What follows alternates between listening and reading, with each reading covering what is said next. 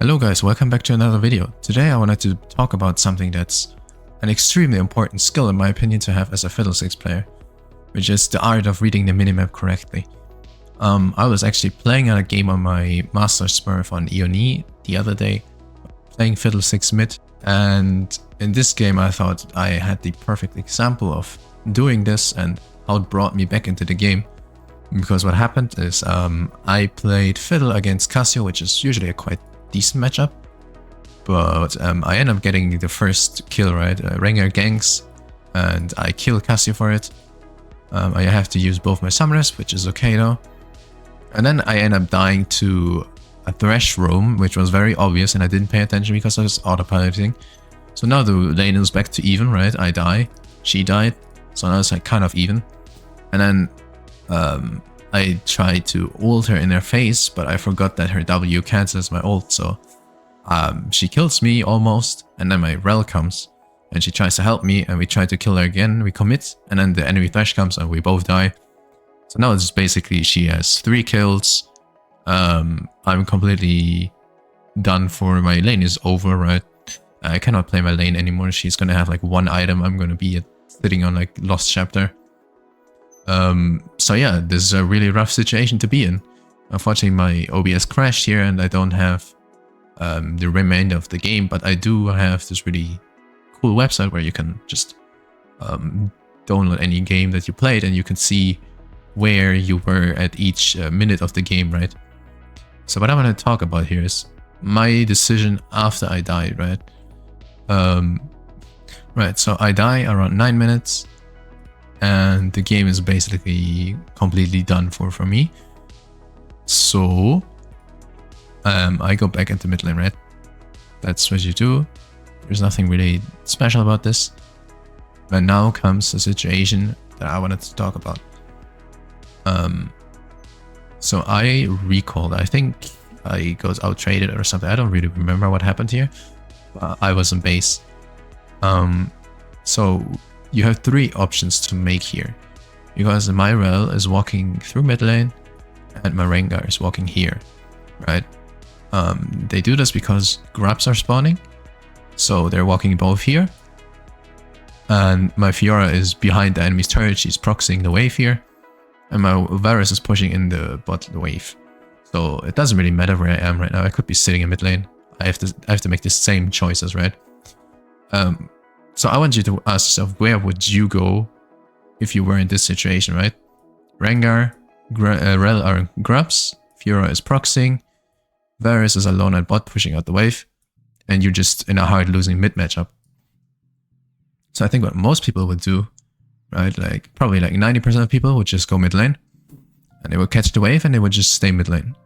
And then if the situation arises, they go top, and then you can dive top lane together with your team, and top lane is broken open, and you can try to snowball through top, right?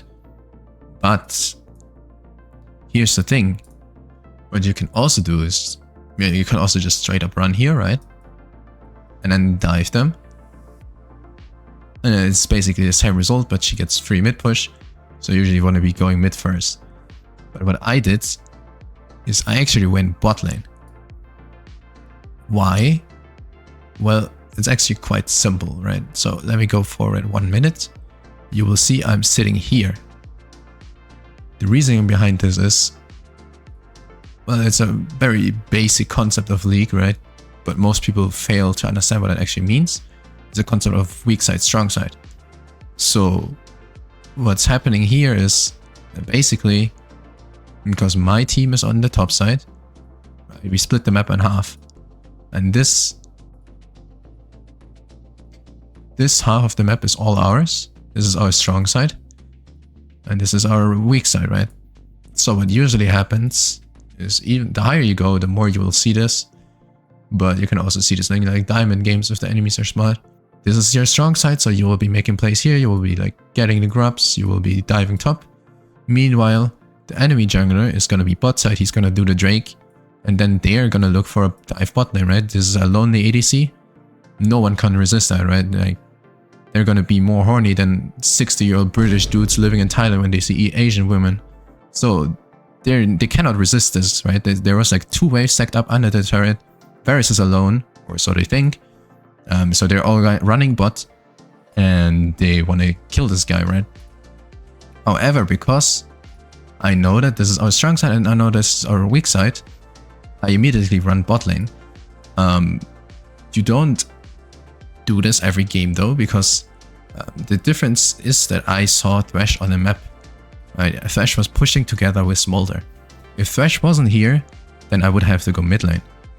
Why? Because then Thresh could be moving up here with the Kindred and the Cassio, so they could all be collapsing here and looking for a 4v4, which would still be advantageous for us because you have to fight Fiddlesticks in the jungle, which is a really, really bad thing to do, right? I usually win those fights every time. I decided to run bot because I was looking at the map inside of the enemy's perspective, right? All they see is Rel and Rengar top. That's what they know for sure, because we saw Rel walk through here. So it's quite obvious they're going for Crux, for the Void Grubs. And they see Fiora here. They don't see me, so they're probably assuming I'm here as well. So what the enemy does is they take Drake, right? And then they dive bot lane. Because it's a lonely ADC and they just want to kill this guy, so they trade off. Like we do, this is their strong side, so they get our turret, we get their turret, it's an even trade, right? But I decide to go bot lane. So what this does is, there's like 3 options what could happen here. The first option is, we both go under the turret, and Varus can catch the wave, right? There's like 2 or 3 waves stacked up under his turret. If I'm not there, if he's smart, he would just run all the way back and sit in the reckless bush here, right? Most lower elo AD carries, they would just greet and they would stay for the wave and they would die. So that's what happens when I'm not there. But if I'm there, we can sit together under the turret and he can catch the wave. So it's like a neutral situation here. But a neutral situation on your weak side is already a winning situation for you. Because remember, we're getting all this, we're getting grubs, and we're getting the top turret, we're getting a kill top lane. So this is hard winning for us, and this is like even for us, which automatically is winning for us, right? Because it's our weak side. And what I wanted to do originally was I was actually going to go into this bush, but they actually had a ward in here, which was really surprising. They didn't have a ward in here. This would have been way better, but well, they had it. So I just sat here, right? I just hovered outside of his vision, right? Varus is standing here. I was like slightly outside of his vision behind, because I wanted him to actually go for a dive. And that's what ended up happening. They actually tried to dive him. So I walked up, and then they walked away again. And I pretended to walk away as well, but then they came back, so I stayed. And they tried to dive him. I ult them, I flash on them, and they all die. So you're gonna see this here. I kill Smolder, I kill Kindred, and yeah, the game is basically over at this point, right? So they try. Why is it over? Because we blew open top, we got the grubs, and they also failed their counterplay on bot lane. We get 2 or 3 kills, so it's basically GG because we have winning top, winning bot, and then mid is neutral or slash winning for them. I'm not sure where the Cassiopeia went, but if the Cassio stayed mid, right, she would just get 1 or 2 plates max, so I'm completely willing to trade that off.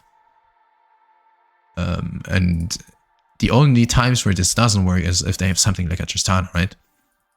Tristana is one of those champs where you can just stay mid all game, and you can just hit the turrets and you would kill it really fast, and then it's not worth it to go bot lane anymore, right?